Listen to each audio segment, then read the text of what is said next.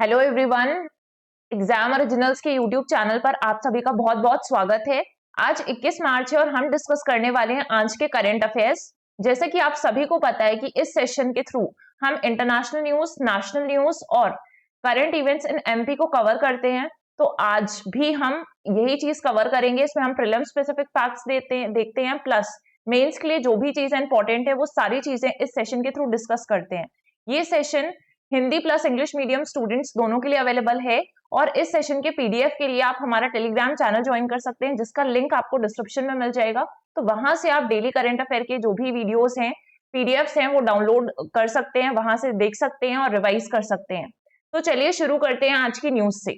अब आज की पहली न्यूज है हमारी कि यहाँ पे जो अपॉइंटमेंट किया गया है इलेक्शन कमिश्नर्स का, ठीक है, जो इलेक्शन कमिश्नर्स का अपॉइंटमेंट किया गया है, अब उस पर काफी कंट्रोवर्सी उठ रही है कि क्या उसमें जो प्रोसेस यूज किया गया है, जो सिलेक्शन कमिटी थी वो अनबाइज्ड है ना, क्या उसने सही ईसी मतलब सही सिलेक्शन कमेटी के द्वारा अपॉइंटमेंट किया गया है। तो ऑब्वियसली हमने इस न्यूज को काफी बार डिस्कस किया है, तो आप इस न्यूज से अवगत होंगे पहले से ही कि क्या चीजें थी। अब जो न्यू रूल आता है chief election commissioners and election commissioners act 2023, इसके अकॉर्डिंग सीजीआई इस सिलेक्शन कमेटी के मेंबर नहीं होंगे जब इलेक्शन कमिश्नर्स को चूज किया जाएगा, है ना। तो यहाँ पे एक पिटिशन फाइल की गई कि इसके बिना, है ना, सीजीआई के बिना ये अपॉइंटमेंट किए गए हैं, तो ये अपॉइंटमेंट सही नहीं है और इसको क्रिटिसाइज किया गया। तो गवर्नमेंट ने अपने कुछ यहाँ पे पॉइंट्स दिए हैं कि हम क्या पॉइंट्स रखते हैं। Union government refutes allegation that it had rush to fill vacancies with favoured persons, है ना। पहली चीज तो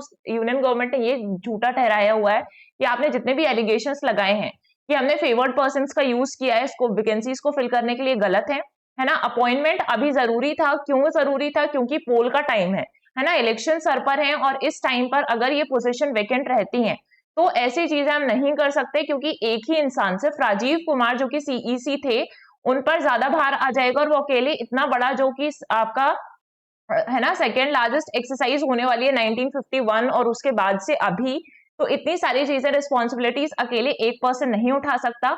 एंड जो भी plea challenging exclusion of CGI from EC selection committee वो फंडामेंटली फेलिशियस है ना, वो रॉन्ग है। तो ये सारी चीजें कही गई इसमें पर्टिकुलरली। अब नेक्स्ट न्यूज की अगर हम बात करें तो ये भी नेशनल करंट इवेंट से जुड़ी हुई न्यूज है कि लोकसभा इलेक्शन का जो प्रोसीजर होता है उसमें नॉमिनेशन का फर्स्ट फेज अब खुल गया है, ठीक है। EC notifies first phase nomination window, इस चीज को इलेक्शन कमीशन के द्वारा कर दिया गया। तो जो नॉमिनेशन प्रोसेस है first phase of the Lok Sabha elections, जैसा कि आपको पता है कि शेड्यूल अनाउंस होने के बाद जो अलग अलग फेजेस है उसमें 7 फेजेस में इलेक्शन होने वाला है और उन 7 फेजेस में अगर हम बात करें तो अप्रैल 19 से पहला फेज शुरू होगा। तो अप्रैल 19 जो पहला चरण है इलेक्शन का, उसके लिए नॉमिनेशंस फाइल करने स्टार्ट कर दिए हैं और पहले फेज में 102 सीट्स के लिए 21 स्टेट्स और यूनियन टेरिटरीज को मिलाकर इलेक्शंस किए जाएंगे अप्रैल 19 को, है ना। तो मध्य प्रदेश की 6 सीट्स के लिए इसमें इलेक्शन होंगे, है ना, जो पहले दिन इलेक्शन होने वाला है, फर्स्ट फेज होने वाला है। अब नॉमिनेशन का प्रोसेस आप बेसिकली ये समझिए कि नॉमिनेशन जो होता है ना, कैंडिडेट्स को सिलेक्ट करने का ही एक प्रोसेस है। Nomination is a part of the process of selecting a candidate, है ना, for election to a public office, कि अगर आप पब्लिक ऑफिस में एक व्यक्ति को नॉमिनेट करके लेकर आ रहे हो, मतलब अब वो एलिजिबल है इस चीज के लिए कि वो इसको विन कर सकता है। A collection of nominees narrowed from the full list of candidates, है ना, शॉर्टलिस्ट किए जाते हैं इसमें बेसिकली। तो ये चीज होती है, अब इसके लिए कर दिया गया है। अब इस बार के जो इलेक्शन है, जैसे कुछ फैक्ट है कि इस बार के इलेक्शन हेल्ड होंगे ओवर 44 दिन चलने वाले हैं, 44 डेज, है ना, और ये सेकेंड लॉन्गेस्ट इलेक्शन पीरियड होने वाला है इंडिया में। तो फर्स्ट लॉन्गेस्ट कब था? 1951 में, ये शुरू हुआ था सितंबर 1951 में और ये चला था फेब 1952 तक। तो ये आपका था।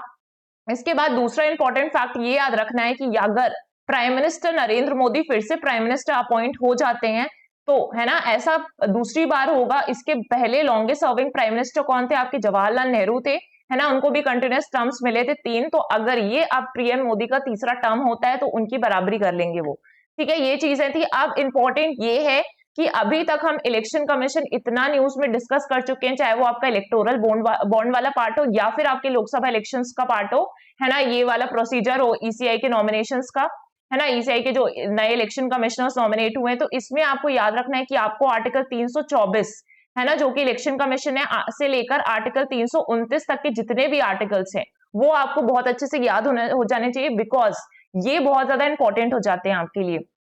ठीक है, फिर अगर हम नेक्स्ट न्यूज पे आए तो नेक्स्ट न्यूज देखिए, यहाँ पे सीसीआई यानी कि कंपटीशन कमीशन ऑफ इंडिया ने जो गूगल प्ले स्टोर के अगेंस्ट, उसकी बिलिंग पॉलिसी के अगेंस्ट जितनी भी प्लीज फाइल की गई थी उन सबको रिजेक्ट कर दिया है। अब क्यों रिजेक्ट कर दिया, और पिटिशन क्या लोगों ने प्ली क्या फाइल की थी, अब देख लेते हैं। तो यहाँ पे 4 पिटिशंस फाइल की गई थी इंडियन ऐप कंपनीज के द्वारा। उन्होंने बोला था कि जो गूगल प्ले स्टोर की नई पॉलिसी है जिसमें वो 11 से 26% के टैक्सेस चार्ज कर रहा है इन ऐप पेमेंट्स पर, तो वो चीजें गलत हैं, है ना। और यहाँ पे कंपटीशन कमीशन ऑफ इंडिया जिसका काम है ये सारी चीजें देखना, है ना, ये बेसिकली क्या करता है, इंडिया में नेशनल लेवल पे एंटी कॉम्पिटिटिव बिहेवियर्स को चेक करता है ना। अगर कोई कंपनी जानबूझकर ऐसी पॉलिसीज ला रही है जो दूसरी कंपनी के फेवर में नहीं होगी या फिर कंज्यूमर्स को नुकसान पहुंचा सकती हैं, तो ये सारी चीजें कौन देखता है, उसको मैनेज करता है कंपटीशन कमीशन ऑफ इंडिया। तो यहाँ पे इसने रिजेक्ट कर दिया है और अब इस केस को इन्वेस्टिगेट किया जाएगा, है ना, डायरेक्टर जनरल के द्वारा, है ना, डायरेक्टर जनरल के द्वारा इस केस को इन्वेस्टिगेट किया जाएगा और उसके बाद ही जो सही डिसीजन है वो लिया जाएगा। यहाँ पे हमारे लिए इंपॉर्टेंट हो जाता है कि कंपटीशन कमीशन ऑफ इंडिया यानी कि भारतीय प्रतिस्पर्धा आयोग क्या चीज है। Just a minute.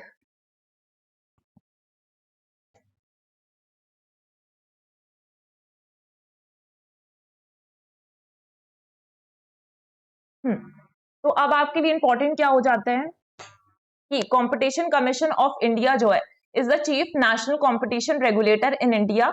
इसकी स्थापना की गई थी 2009 में, और कौन से एक्ट के तहत की गई थी, तो कंपटीशन एक्ट 2002 ये मेजर एक्ट था, यानी कि एक स्टेटरी बॉडी है जिसके अंदर इसकी स्थापना की गई। अब ये जो भी नेगेटिव कंपटीशन प्रैक्टिसेस होंगी इंडिया के अंदर, है ना, या फिर फॉरेन में भी हो सकता है, प्रमोट करती है कंपटीशन को, कंज्यूमर के इंटरेस्ट को प्रोटेक्ट करती है और फ्रीडम ऑफ ट्रेड को भी इंश्योर करती है ये सारी प्रैक्टिसेस।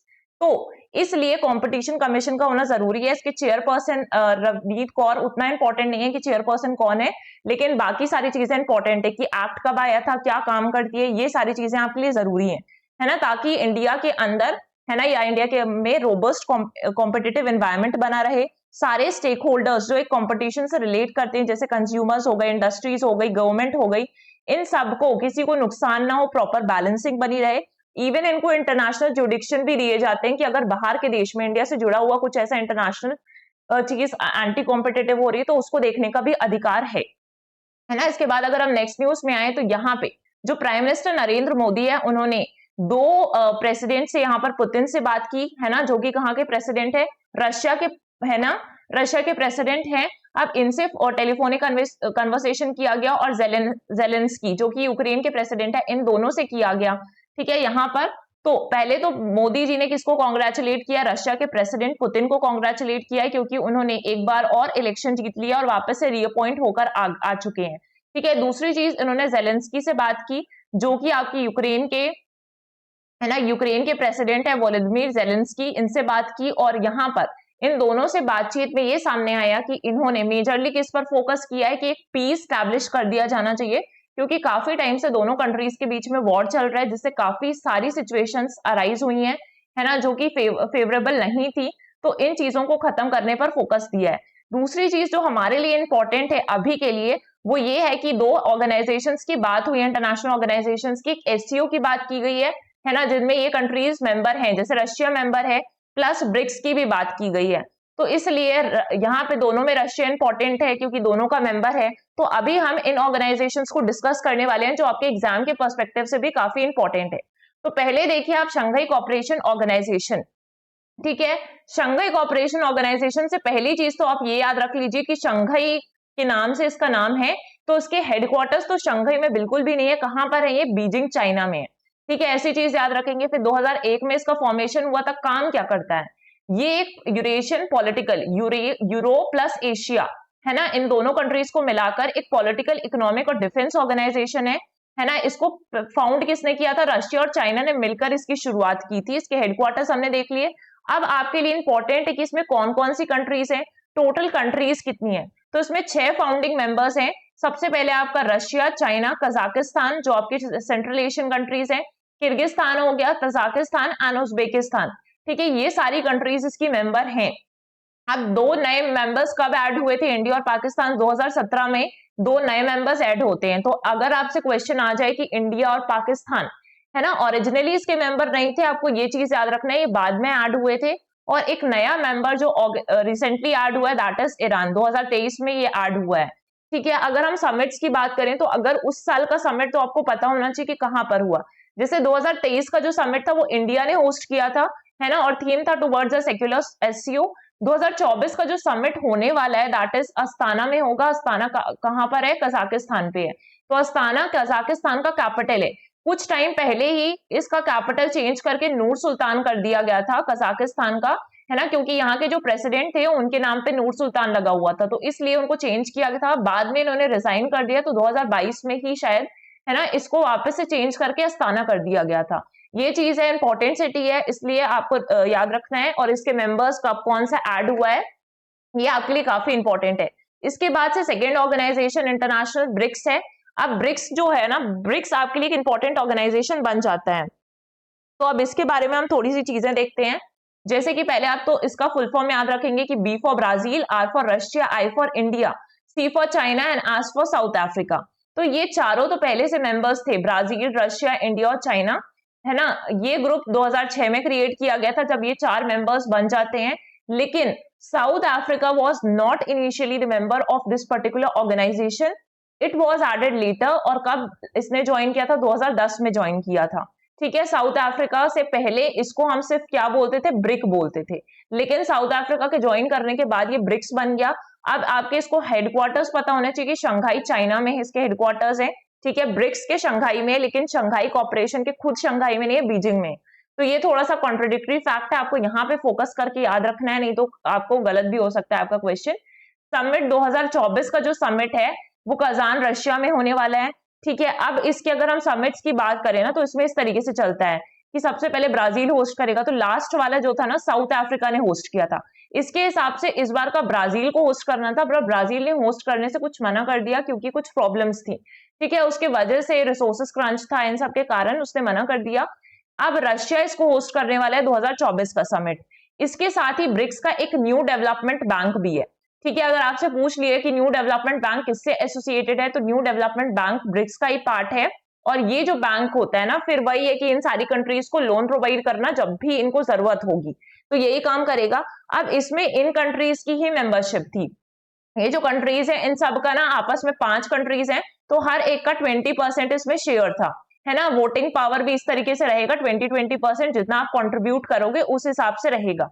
बट क्या होता है कि कुछ नई कंट्रीज इसमें ऐड होती हैं, और उन नई कंट्रीज में जैसे इजिप्ट वगैरह ऐड हुए, है ना, इजिप्ट ऐड होता है, यूराग्वे भी ऐड हुआ था, है ना। इसको वोटिंग पावर्स नहीं दिए गए हैं, तो इसकी कोई परसेंटेज ओनरशिप नहीं है। जैसे इजिप्ट की होगी कुछ परसेंट, बांग्लादेश को ऐड किया गया था, है ना, बांग्लादेश ऐड किया गया था, और एक और कंट्री ऐड की गई थी, अभी उसका नाम तो मुझे याद नहीं आ रहा, लेकिन इतनी, जैसे इसके पास 1.76 समथिंग है ना। और इन सब की वोटिंग्स जो है वो रिड्यूस कर दी गई, सबकी 18.98% कर दी गई, 20% से गिराकर, ताकि जो नई कंट्रीज ऐड हुई हैं इनको भी थोड़े वोटिंग शेयर इसमें मिल सके। तो इस तरीके से चेंजेस किए गए हैं। आपको न्यू जो मेंबर्स ऐड हुए हैं ना, उनके एक बार नाम लिखने हैं कमेंट सेक्शन में। तो ये चीज क्लियर हो गई ब्रिक्स के बारे में। नेक्स्ट न्यूज में आएंगे तो मोदी, प्राइम मिनिस्टर मोदी जो है, नरेंद्र मोदी, वो विजिट करने वाले थे भूटान, है ना। इनका लगभग 24 आवर्स का विजिट था यहाँ पर, लेकिन वो चीज कैंसिल कर दी गई है क्योंकि बहुत ज्यादा बारिश हो रही थी इधर पर। तो इंक्लेमेंट वेदर के कारण ये जो विजिट थी वो कैंसिल कर दी गई है। अब इस विजिट में, है ना, भूटान जो है इंडिया की नेबरिंग कंट्री है, इंपॉर्टेंट भी है भूटान, काफी सुंदर प्लेस भी है ना। तो यहाँ पे एक तो 2 इंपॉर्टेंट पार्ट थे इस विजिट की। पहली चीज है कि भूटान का जो हाईएस्ट सिविलियन अवार्ड है ना, the order of the Druk ग्यालपू कहते हैं उसको, वो कन्फर किया जाना था प्राइम मिनिस्टर नरेंद्र मोदी को, जो उनको पिछली बार 2021 में भी उनको दिया गया था। वही चीज इस बार भी दी जानी थी, लेकिन अब वो चीज अभी पोस्टपोन कर दी जाएगी, है ना, क्योंकि वेदर खराब था, तो विजिट भी पोस्टपोन कर दिया गया। दूसरा क्या था? इनॉग्रेशन था मदर एंड चाइल्ड हॉस्पिटल का, जो कि इंडिया के सपोर्ट से बनाया गया है। तो वो दोनों चीज थी, अब अभी ये चीज आगे बढ़ा दी गई है।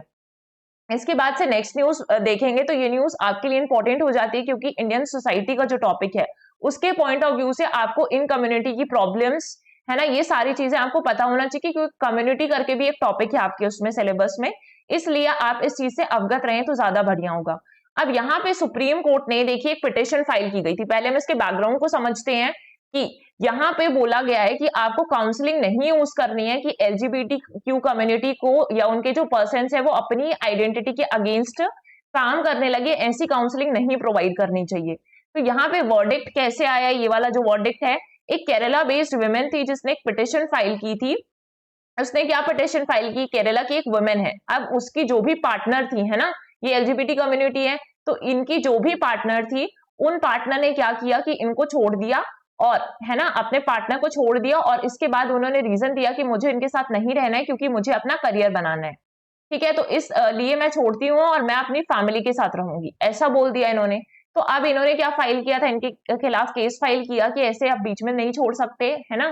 तो यही चीज है, अब इनकी हाई कोर्ट के द्वारा रिजेक्ट की गई इनकी एप्लीकेशन। तो अब इन्होंने क्या किया, सुप्रीम कोर्ट में फाइल कर दिया, लेकिन सुप्रीम कोर्ट ने मना कर दिया कि हम केस में इंटरवीन नहीं करेंगे, है ना, हम इस केस में इंटरवीन नहीं करेंगे। तो इस टाइम पे जब इन्होंने हाई कोर्ट में केस फाइल किया गया था, तो हाई कोर्ट क्या करता है उस टाइम पे, काउंसलिंग प्रोवाइड करता है ना, जहां पर ये बोलता है कि आपकी फैमिली है, अब ये इंसान जो है, ये जो विमेन थी, ये अपनी फैमिली के साथ रहने जा रही है, तो इसमें आपको दिक्कत नहीं होनी चाहिए।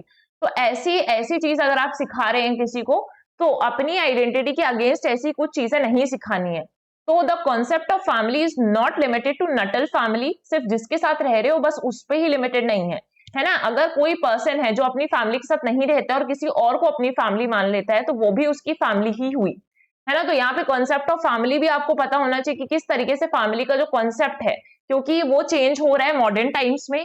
इस पॉइंट ऑफ व्यू से आपको पता होना चाहिए कि नटल फैमिली क्या है और आप जिसके साथ रहने लग रहे हैं वो वाली आपकी फैमिली क्या है ना।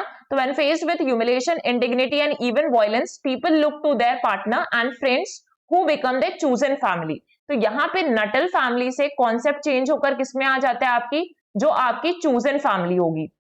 तो ये चीज आपको याद रखनी है इनके कॉन्सेप्ट, इनके केस में, ठीक है। यही चीज है चूजन फैमिली और नटल फैमिली के बीच में डिफरेंस, और इन कम्युनिटीज के बारे में हम थोड़ा देख लेते हैं कि ये जो एक्रोनिम दिया गया है LGBTQIA+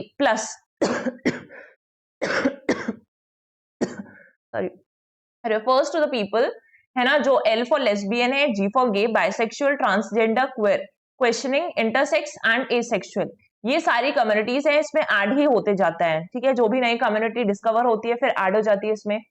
अब यहाँ पे इंपॉर्टेंट, और ये जो रेनबो के कलर्स है इन कम्युनिटीज को रिप्रेजेंट करते हैं, इसलिए एक तरीके से सिंपलाइज किया गया है इनको। अब पहले बहुत प्रॉब्लम्स आती थी कि सिर्फ अगर कोई भी फॉर्म्स अगर आपने देखे होंगे तो दो ही जेंडर्स लिखे होते थे, मेल एंड फीमेल, बट अब इनके राइट को थोड़ा रिस्टोर किया जा रहा है। आप फॉर्म्स में बहुत सारे जगह अदर्स भी लिखा होता है, ऑलमोस्ट सब जगह ही लिखा होता है, अदर्स भी लिखा होता है। तो ऐसी चीजें हैं, इवन इनको राइट्स के लिए बहुत फाइट करना पड़ता है। जैसे अगर आप लास्ट केस देखेंगे तो जो सेम सेक्स मैरिजेस है ना, अभी हम उसको भी डिस्कस कर लेते हैं थोड़ा सा, पहले हम ये देख लेते हैं कि 2018 में सुप्रीम कोर्ट ने एक रूलिंग निकाली थी जिसमें जो सेक्शन 377 है उसको डिक्रिमिनलाइज किया था, और यहाँ पे बोला गया था कि होमोसेक्सुअलिटी को डिक्रिमिनलाइज किया जा रहा है। पहले ये क्रिमिनलाइज था, है ना, ये क्रिमिनलाइज था, लेकिन इसको क्या किया गया, डिक्रिमिनलाइज किया गया, अपराधीकरण, है ना। भारत में LGBT कम्युनिटी समुदाय के लिए एक बड़ा कदम था ये जो एक्शन लिया गया सुप्रीम कोर्ट के द्वारा, वर्डिक्ट आई थी। अब देखिए लास्ट ईयर ही चल रहा था सेम सेक्स मैरिजेस पर, बट इसको अलाउ नहीं किया गया क्योंकि सेम सेक्स मैरिजेस को लीगली रिकॉग्नाइज नहीं किया जाता है, ऐसा सुप्रीम कोर्ट ने कहा था।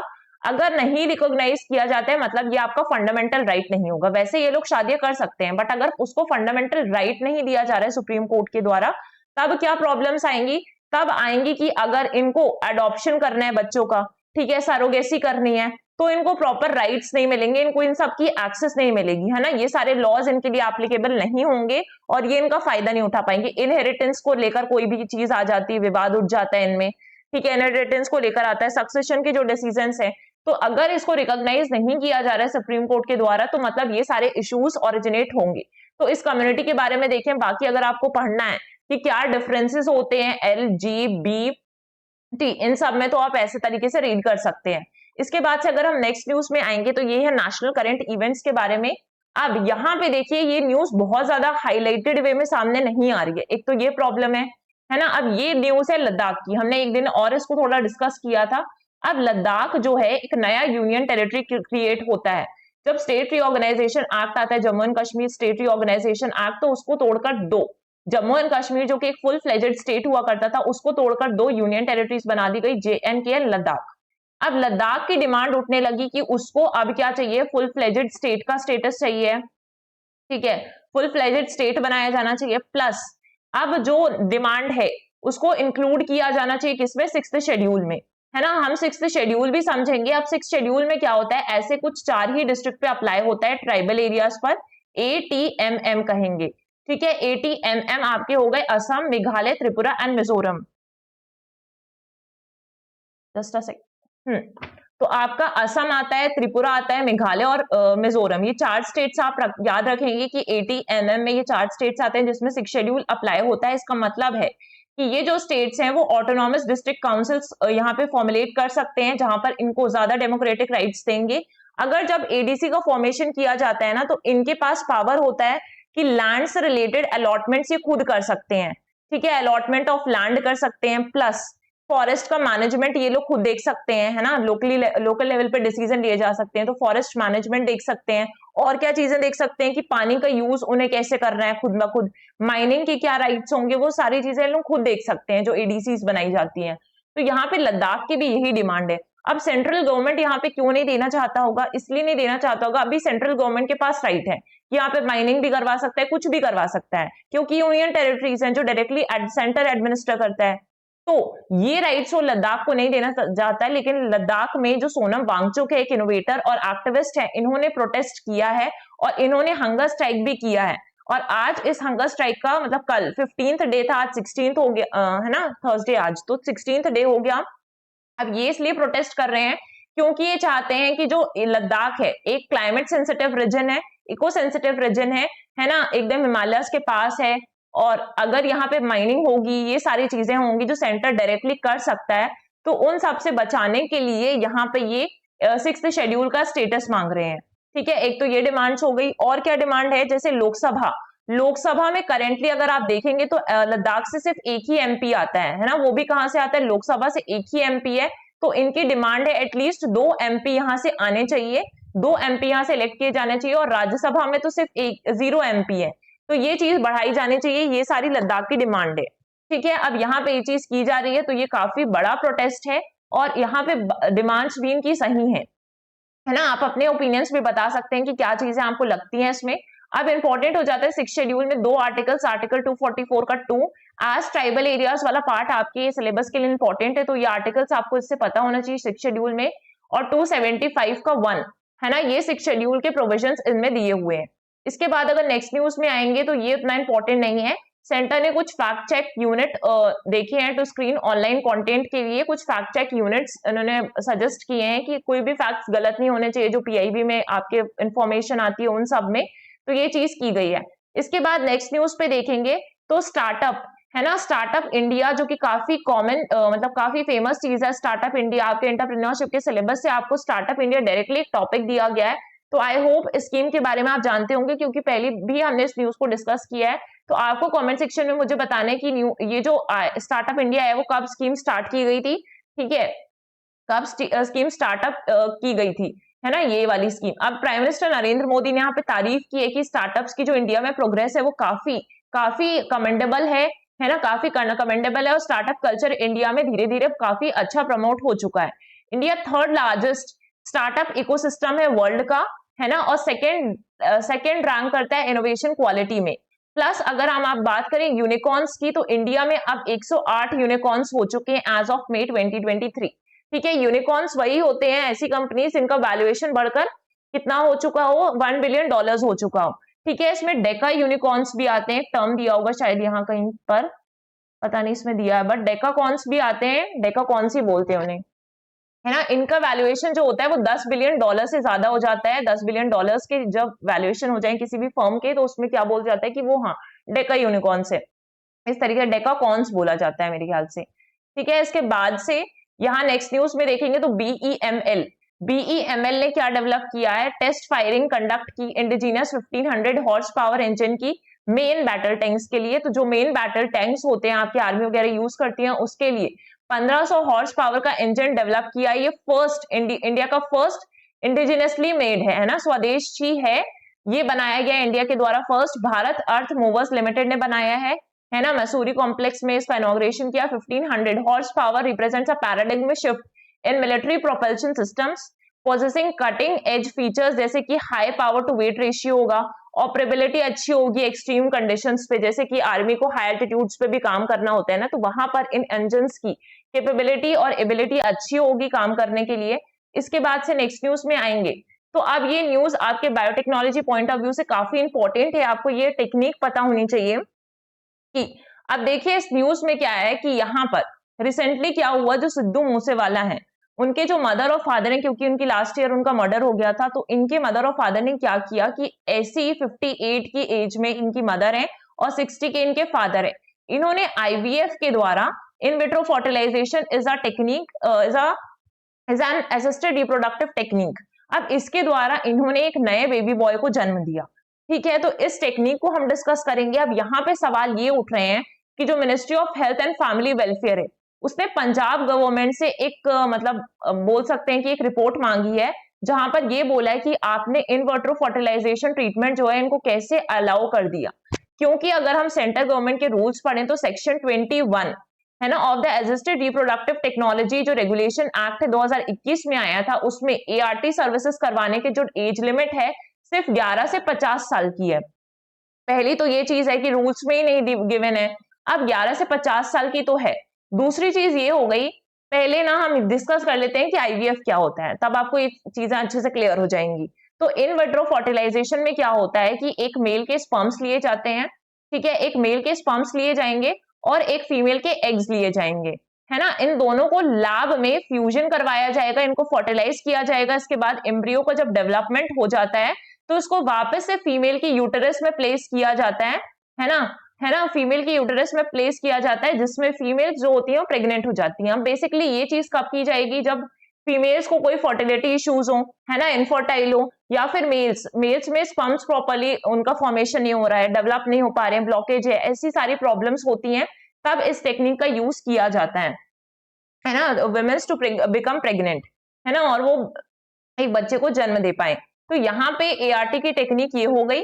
अब ये चीज हमने समझ ली कि eggs are removed from a woman's ovary and combined with sperm outside the body to form embryo. अगर इस न्यूज में आए तो प्रॉब्लम ये है कि एट द एज मतलब लगभग 50 तक ऑलमोस्ट सारी मेनोपॉज वाली सिचुएशन आ जाती है ना, इसके बाद से फीमेल्स में पीरियड्स नहीं होंगे, मेंस्ट्रुअल साइकिल नहीं होता है।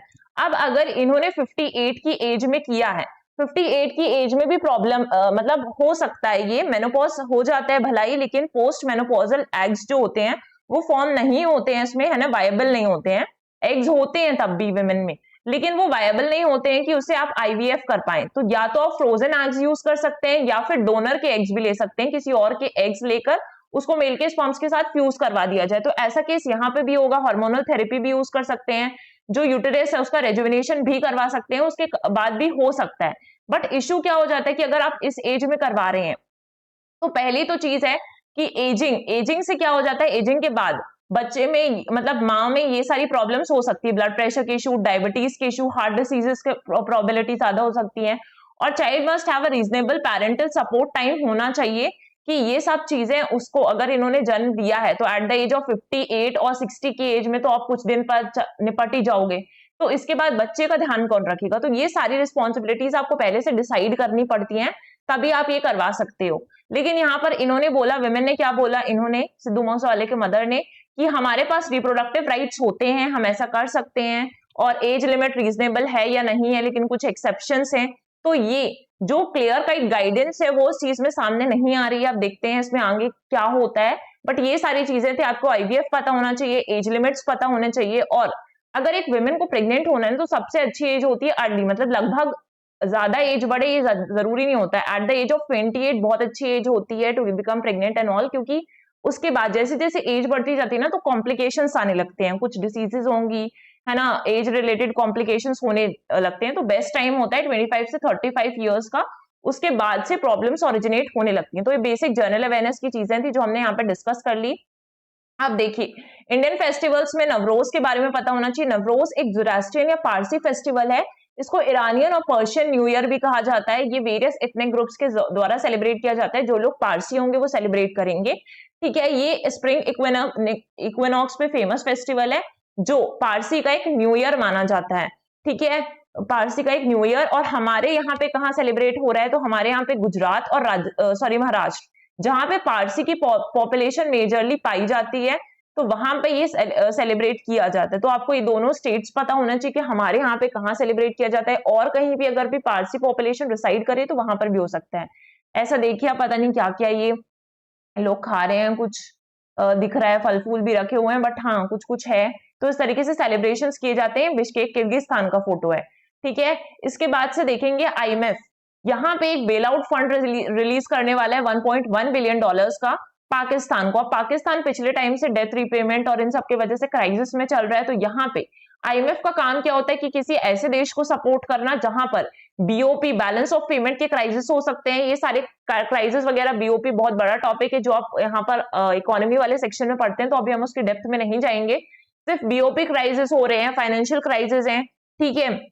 तो अगर कोई मैक्रो इकोनॉमिक सिचुएशन बन गई, करेंसी क्राइसिस हो गए हैं, तो इन सारे टाइम पर IMF जो है किसी कंट्री की हेल्प करता है उसको फाइनेंशियली सपोर्ट करके। तो ऐसी चीजें पाकिस्तान में हुई, और पाकिस्तान पिछले जुलाई से इसके लिए कोशिश कर रहा है। तो 3 बिलियन डॉलर्स देने थे बेल आउट पैकेज में, बट अभी कितना अप्रूव किया, 1.1 बिलियन डॉलर्स अप्रूव किया for the release of 1.1 billion dollar इतने पैकेज से। तो यहाँ पे हमारे लिए IMF इंपॉर्टेंट है, ठीक है। International monetary fund, basically IMF जो है ना वर्ल्ड बैंक के आसपास ही फॉर्म हुआ था। तो यहाँ पे जब हमारे BOP क्राइसिस, मतलब सॉरी, वर्ल्ड वॉर 2 खत्म हुआ, वर्ल्ड वॉर 2 चला था 1939 से 1945 तक। अब इस टाइम पर ग्लोबल इकोनॉमी एकदम शैटर्ड हो गई थी। तो उस टाइम पर ब्रिटेन वुड्स नाम का एक कॉन्फ्रेंस होता है। ब्रिटेन वुड्स एक जगह है जहां पर एक कॉन्फ्रेंस किया गया, तो उसमें लगभग 44 नेशंस ने पार्टिसिपेट किया, और इन सब ने साथ में सोचा कि किस तरीके से हम कुछ ऑर्गेनाइजेशंस बनाएं जहां पर वो ग्लोबली सारी कंट्रीज को सपोर्ट दे सके। तो उसी टाइम पे वर्ल्ड बैंक का भी फॉर्मेशन हुआ था। किस दिन हम इसको आराम से देखेंगे क्योंकि डीप में डिस्कस करना पड़ेगा। और उसी टाइम पर IMF का भी फॉर्मेशन होता है। तो IMF के बारे में आपको पता होना चाहिए कि ऑर्गेनाइजेशन है जो financial stability, global economic growth और इंटरनेशनल ट्रेड को प्रमोट करता है। इसका फॉर्मेशन जुलाई 1944 में हुआ। फाइनली इसका फॉर्मेशन 1945 भी दिखाता है, उसका दिसंबर, ठीक है, जब ये फोर्स में आया था तब। और हेडक्वार्टर्स आपको याद रखने बहुत अच्छे से वॉशिंगटन DC US में है। बहुत ही इंपॉर्टेंट ऑर्गेनाइजेशन, आप समझ सकते हैं कितना इंपॉर्टेंट है, क्योंकि डायरेक्टली आपके प्रीलिम्स के सिलेबस में IMF लिखा हुआ है, ठीक है। फिर क्रिस्टलिना जॉर्जेवा जो उसकी चेयर विमेन एंड MD है, और चीफ इकोनॉमिस्ट कौन है, गीता गोपीनाथ है, जो कि इंडियन अमेरिकन विमेन है, ठीक है। तो ये सारी बेसिक चीजें आपको इसके बारे में याद रखनी है। इसके बाद ये कर्नाटका में न्यूज था कि कलरिंग एजेंट है ना, जिसका नाम है रोडामाइन B, इसको बैन किया गया था, जो कि कॉटन कैंडी में यूज किया जाता है। इसको बैन किया गया था, इसलिए इंपॉर्टेंट हो जाता है। इसके साथ ही एक और नाम है टाटाजीन का, टाटाजीन भी इसके साथ यूज किया जाता है। तो दोनों नाम आपको अच्छे से पता होना चाहिए कि क्या चीज है ना, ये क्या चीज है। जैसे इस तरीके से क्वेश्चंस आते हैं कलरिंग एजेंट से, ठीक है। अब यहाँ पे आप देखेंगे जो पिंक कलर होता है ना कॉटन कैंडी का, वो इसके वजह से ही आता है। इसके पहले भी क्वेश्चन पूछा था, उस दिन मुझे याद नहीं आ रहा था, लेकिन आज मुझे क्वेश्चन दिखा। जैसे मोनोसोडियम ग्लूटामेट है, MSG, is a food used as colour enhancer, flavour enhancer, preserver या इमल्सिफायर। आप कमेंट सेक्शन में मुझे इसका आंसर दिखाएं देंगे, ताकि ये आपको अच्छे से याद रहना चाहिए कि इस तरीके के क्वेश्चंस आते हैं, ठीक है। इसके बाद नेक्स्ट न्यूज में मूव करें तो विश्व असमानता रिपोर्ट आई है, वर्ल्ड इनइक्वालिटी रिपोर्ट रिलीज की गई है। अब ये जो वर्ल्ड इनइक्वालिटी रिपोर्ट है 2023 की रिलीज की गई है, रिलीज कौन करता है इसको, world inequality lab at the Paris school of economics. तो आपको ये पता होना चाहिए कि ये मतलब किसके द्वारा रिलीज की जाती है, ये चीज पहले आपको पता होना चाहिए। अब इसने बोला गया कि भारत में अब अमीरों और गरीबों के बीच में है ना जो डिफरेंस था और ज्यादा बढ़ गया है, जितना अंग्रेजों के टाइम था, जब ब्रिटिश गवर्नमेंट थी, उस टाइम से भी ज्यादा असमानता हो गई है, ठीक है। ऐसा कहा गया है वर्ल्ड इनइक्वालिटी लैब विश्व असमानता रिपोर्ट में के अनुसार 2022-23 में देश की सबसे अमीर 1% आबादी की जो आय है उसमें हिस्सेदारी बढ़कर 22.6% हो गई है। तो इन सारी चीजों को आपको याद रखना है, क्योंकि आप आंसर्स में किस तरीके से कोट करेंगे। आपको क्या लगता है कि अमीर और गरीब के बीच में क्या डिफरेंसेस बढ़ रहे हैं या गैप्स कम हो रहे हैं, तो आपको उसको सपोर्ट करने के लिए अगर कुछ भी कहीं पर भी यूज करना है तो इस तरीके की रिपोर्ट्स काफी यूजफुल हो जाती है आंसर्स के टाइम पर। फिर आप देखेंगे कि पीएससी ने अभी डेट्स निकाले हैं, तो यहाँ पे ये न्यूज तो आपको पता ही चल गई होगी। तो 23 जून को होने वाला है प्रीलिम्स, आपके पास टाइम है कि आप अच्छे से प्रिपेयर कर पाए, ठीक है, टेस्ट प्रैक्टिस कर पाए, बहुत सारी चीजें करने के लिए आपके पास टाइम है। इसके बाद से नेक्स्ट न्यूज में आ जाए तो नेक्स्ट न्यूज है कि कायाकिंग और कैनोइंग के लिए एक कंपटीशन होता है, जहां पर आप देखेंगे कि जो प्रदेश की पहली और एकमात्र अर्जुन अवार्डी है पैरा कायाकिंग प्राची यादव, है ना, पैरा कायाक है, आपको याद रखना है ये। और उन्होंने दूसरे दिन भी सोना जीत लिया है और 17 नेशनल पैरा कैनो चैंपियनशिप में 2 गोल्ड जीते और इनके हस्बैंड मनीष कौरव ने 1 गोल्ड जीता है। तो इनके नाम आपके लिए इंपॉर्टेंट हो जाते हैं। इसमें टोटल मध्य प्रदेश ने टॉप किया है, क्योंकि मध्य प्रदेश के जो 15 प्लेयर्स हैं, 15 एथलीट्स हैं, उनको क्या मिला है, इस टूर्नामेंट में उतरे और उनमें से, है ना, कितने मेडल्स आए हैं, 15 मेडल्स आए हैं। तो ये चीजें आपको ध्यान में रखना है। प्राची यादव काफी इंपॉर्टेंट है।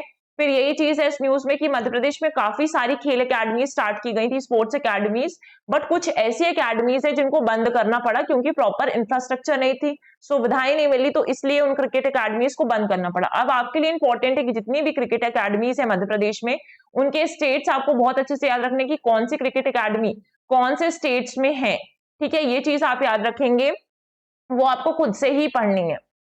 इसके बाद नेक्स्ट न्यूज देखें तो प्रदेश में 1000 हेक्टेयर पर नया जंगल बनेगा, इसके लिए क्रेडिट बेचकर पैसा जुटाएंगे, है ना। तो विश्व वानिकी दिवस है आज, और इसमें प्रदेश में खाली पड़ी जितनी भी वन भूमि है उसमें नया जंगल विकसित करने के लिए मध्य प्रदेश वन विभाग वित्त वर्ष 2024-25 से ग्रीन क्रेडिट प्रोग्राम शुरुआत करेगा। और ग्रीन क्रेडिट प्रोग्राम किस लिए है, उसका ऑब्जेक्टिव आपको पता होना चाहिए कि यहाँ पर जो फॉरेस्ट एरिया है उसको बढ़ाने के लिए है, जो भी एरियाज खाली है वहां पे फॉरेस्ट स्टैब्लिश करने के लिए प्रोग्राम है। इसके बाद ये न्यूज में ज्यादा कुछ इंपॉर्टेंट नहीं था, लेकिन मुझे एक इंपॉर्टेंट चीज आपको बतानी थी, इसलिए इस न्यूज को रखा कि 25,000 की चिल्लर लेकर निर्दलीय फॉर्म लेने पहुंचा, लेकिन घंटा बार गिनने के बाद भी उसको देना पड़ा। अब क्या, हम तो 1-2 सिक्के लेकर जाते हैं, वो लोग एक्सेप्ट नहीं करते हैं, लेकिन ऐसी बड़ी बड़ी चीजों में एक्सेप्ट करना पड़ता है। और आप चाहें तो आप भी कंप्लेन कर सकते हैं कि हमसे ये चीज क्यों नहीं एक्सेप्ट की जा रही है। अब क्यों एक्सेप्ट करनी पड़ती है, आप एक चीज समझिए कि आपके पास होता है एक फियाट मनी, है ना। फियाट मनी होने के लिए 2 कंडीशन होती हैं, इसको वैधानिक, है ना, वैधानिक मुद्रा कहते हैं। तो कोई भी चीज वैधानिक मुद्रा कब बनेगी, जब या तो वो किसी फिजिकल करेंसी के फॉर्म में हो, कॉइन, है ना, कॉइन हो सकता है, नोट्स जो हम यूज करते हैं वो हो, कोई वर्चुअल कॉइन हो, ठीक है, डिजिटल कॉइन हो, क्रिप्टो कॉइन हो, है ना, जिससे वैल्यू को मेजर किया जा सकता है। पहली कंडीशन ये होती है। दूसरी कंडीशन होती है कि वो किसी किंग, क्वीन और गवर्नमेंट सेंट्रल बैंक के द्वारा इशू किया हो। जैसे कि अगर हम बात करें हमारे यहाँ जो फिजिकल करेंसी है, जैसे 1 रुपए का सिक्का लिया आपने, तो वो फियाट मनी है बिल्कुल है, क्योंकि वो गवर्नमेंट के द्वारा इशू किया गया है, प्लस वो फिजिकल कॉइन के फॉर्म पर है, तो फियाट मनी की कंडीशन सेटिस्फाई है। अब लीगल टेंडर्स क्या होते हैं, पहली टर्म होनी चाहिए, पहली कंडीशन कि कोई भी पैसा लीगल टेंडर कब बनेगा कि गवर्नमेंट उसको एक्सेप्ट करे या हर जगह ट्रांजैक्शन में वो एक्सेप्ट हो पाए। पहली तो चीज है कि फियाट मनी होना चाहिए, मतलब ये दोनों कंडीशन को सेटिस्फाई करे, फिजिकल करेंसी भी हो और गवर्नमेंट, किंग, क्वीन या सेंट्रल बैंक के द्वारा इशू किया गया। दूसरी कंडीशन कि आप जितने भी ट्रांजेक्शन्स करें थ्रू आउट द कंट्री, दूसरी पार्टी उसको मना ना करे एक्सेप्ट करने से। तो क्या 1 रुपए ऐसा लीगल टेंडर है? बिल्कुल है, क्योंकि ये भी कंडीशन सेटिस्फाई हो रही है और ये भी कंडीशन आपकी सेटिस्फाई हो रही है। अगर हम बात करें इंडिया में कॉइनेज एक्ट की, है ना, तो कॉइनेज एक्ट के तहत थोड़ा सा इसको समझ लेते हैं जल्दी से। तो यहाँ पे आपके लिमिटेड लीगल टेंडर्स होते हैं और अनलिमिटेड लीगल टेंडर्स होते हैं। तो अगर हम बात करें लिमिटेड लीगल टेंडर्स की, तो ये जो आपके कॉइन्स होते हैं ना, इसके अकॉर्डिंग या इंडियन कॉइनेज, आपका जो कॉइनेज एक्ट है 2011 का, उसके अकॉर्डिंग कोई भी आपसे पैसा, ये वाले जो सिक्के हैं, वो लेने से मना नहीं कर सकता, क्योंकि एक तो इसमें आता है आपका पेपर नोट, ठीक है, पेपर नोट यानी कि ₹1 का नोट, ठीक है, ये चीज हो गई, इसको लेने से कोई मना नहीं करेगा। दूसरे जो कॉइन्स होते हैं, है ना, जो सिक्के हैं, वो 1 रुपए के सिक्के और उससे अबव के सिक्के, है ना, कितने ले सकते हैं, अप टू 1000 आप किसी को दे सकते हो, अप टू ₹1000 डायरेक्टली आप दे सकते हो, कितने भी दे सकते हो, क्योंकि सिक्के एक्सेप्टेबल हैं। और अगर आपके पास कॉइन्स है, 50 पैसे की भी कॉइन्स हैं, तो 50 पैसे के कॉइन्स अप टू 20 कॉइन्स, यानी कि 10 रुपए तक आप किसी को पे कर सकते हो इस 50 पैसे के कॉइन से, है ना, 10 रुपीज तक आप किसी को पे कर सकते हो। बिलो 50 पैसे के कॉइन्स अगर आप लेके जा रहे हो तो वो नहीं चलेंगे, लेकिन अगर आप 50 पैसे का सिक्का लेकर जा रहे हो या उससे ऊपर के कॉइन्स लेकर जा रहे हो तो इंडिया में वो कहीं पर भी चल सकते हैं। हम यूजुअली ऐसा नहीं करते हैं, कंप्लेन नहीं करते हैं, और कोई लेने से मना करते हैं तो उसके खिलाफ कोई केस नहीं फाइल करते हैं, क्योंकि जनरली हम टाइम नहीं वेस्ट करना चाहते हैं, बट ऐसा कर सकते हैं। और वही चीज यहाँ पर की गई, ठीक है, 50 पैसे और उससे अबव जो है वो लीगल टेंडर्स हैं इंडिया में, तो कोई आपसे लेने से वो चीज मना नहीं कर सकता। इसके बाद देखेंगे पेंच टाइगर रिजर्व हमारे लिए इंपॉर्टेंट है, क्योंकि पेज में बगीरा देखने के लिए मिला है। यूजुअली हम जंगल बुक जब पढ़ते थे तो उस टाइम पर यूज करते थे ये टर्म्स, है ना, बगीरा ये सब, लेकिन इसी टाइम से ब्लैक पैंथर के लिए यूज किया जाता है। तो कभी पेज में ब्लैक पैंथर देखने के लिए मिला है, 4 दिन पहले ये स्पॉट किया गया है। तो यहाँ पे आपके लिए पेंच टाइगर रिजर्व इंपॉर्टेंट है। पेंच टाइगर रिजर्व सियोनी और जो आपका छिंदवाड़ा वाला एरिया है, इन दोनों डिस्ट्रिक्ट पे लाई करता है। इसके बीच से कौन सी रिवर निकली है? पेंच रिवर निकली हुई है। 1983 में स्टैब्लिश हुआ था, ये चीज आपको याद रखनी है। प्रोजेक्ट टाइगर इसको कब दिया गया? 1992 में प्रोजेक्ट टाइगर में इंक्लूड किया गया, ये याद रखेंगे। इसको जय मोगली लैंड भी कहा जाता है। क्यों कहा जाता है ये सब आप जानते हैं, क्योंकि रुडयार्ड किपलिंग की एक बुक थी जंगल बुक, जिसकी शूटिंग यहीं पर हुई थी। और मोगली उत्सव भी यहाँ पे मनाया जा रहा है। कब से मनाया जा रहा है मोगली उत्सव? तो ये आप याद रखेंगे कि 2004 से हर बार यहाँ पर मोगली उत्सव सेलिब्रेट किया जाता है हर साल। तो ये सारी चीजें NH44 पास करता है इस जगह से।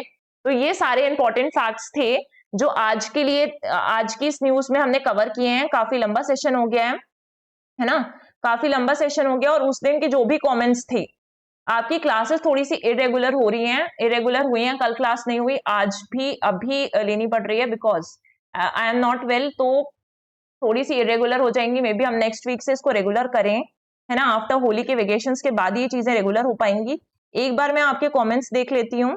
और जो ये कमेंट आया था ना प्लेलिस्ट वाला, तो ये आपको सारे जो भी लेक्चर्स हो रहे हैं यूट्यूब में, उसके लिए एग्जाम ओरिजिनल्स के चैनल पर एक सेपरेट प्लेलिस्ट बनी हुई है करंट अफेयर्स के लिए। आप प्लेलिस्ट वाले सेक्शन में जाकर देखेंगे तो वहां पे सारे जो वीडियोस हैं आप वहां से एक्सेस कर सकते हैं सिस्टमैटिकली, ठीक है, वहां से एक्सेस कर सकते हैं।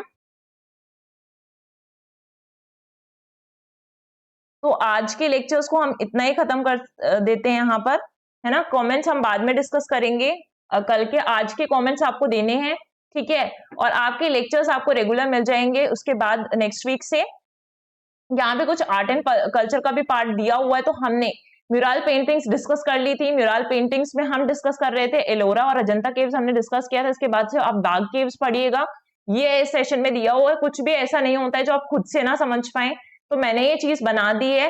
बाग केव्स, अरमामलाई केव्स कहाँ पर मिल जाएंगे? तमिलनाडु पे। सित्तानवासर केव पेंटिंग्स तमिलनाडु पे मिलती हैं। अब यहाँ पे रावण छाया रॉक शेल्टर्स आपको उड़ीसा में फेमस है। क्या फेमस चीजें हैं इसके बारे में, ये सारी चीजें आपको रीड करनी है। इसके बाद से लिपाक्षी पेंटिंग्स है, आंध्र प्रदेश में।